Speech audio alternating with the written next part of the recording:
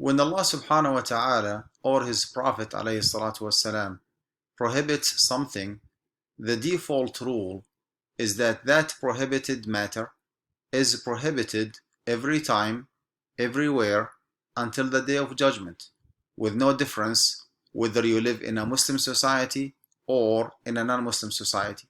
Whether that non-Muslim society is an abode of war, or abode of peace, or abode of disbelief, whatever the classification might be, this has actually no effect on the status of the prohibition of riba. There is an approach that is attributed to the school of thought of Imam Abu Hanifa al-Nu'man rahmatullahi alayhi wa radiyallahu anhu that indicates otherwise. As you see here, engaging in invalid transactions with non-Muslims in the abode of war is allowed.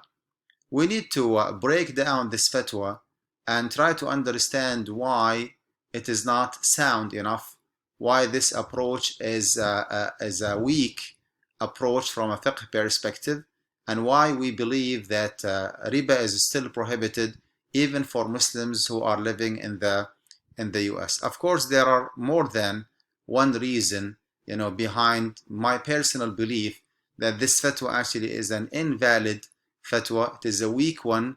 It is not within the mainstream of the madhahib of Ahl Sunnati wal Jama'ah or the schools of thought, and that's why we need to know more why this fatwa actually is not a valid or a sound fatwa.